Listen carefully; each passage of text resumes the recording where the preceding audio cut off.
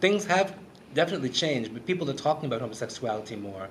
And from the very moment that we began doing that work in 1998, and that when we revealed ourselves publicly to the Jamaican body politic, etc., I think that that moment was what one radio announcer I remember called a watershed moment in Jamaican history. And it's definitely changed the way that people think, as well as how they speak. Of course, these changes can take a very long time to have effect. The lived experience versus the laws, right? The laws in Jamaica are still negatively inclined toward homosexuality. Or homosexual acts, I suppose they would call them. But I think that we're definitely seeing a change. And I believe, certainly, that if J-Flag had not existed, that things would be very different than they are now. And it's important to remember as well that there was an organization in Jamaica 20 years before Jamaica, 20 years before J-Flag, that we built on. It was called the Gay Freedom Movement, the GFM.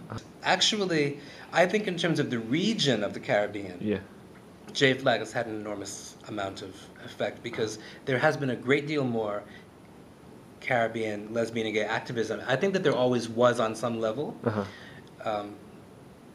But there has been a great deal in the last, I think, decade and a half in the region. And I really do believe that in some way J-Flag's visibility has helped that activism to come about. And so I was wanting to write about kind of women loving women.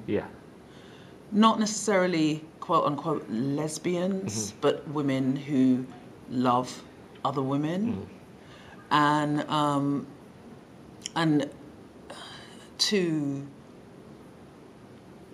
just to kind of show a kind of snapshot of what that could be. I feel really privileged in a lot of ways, just in terms of the time of when I started writing, and I think a lot had been done in the world just to make me feel, because when I came to the writing, I never second-guessed it. I never really thought, can I write this, or is this allowed?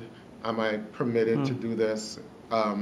So there was that space that was already created. So it was back to the old thing about writing who you are, writing what you know.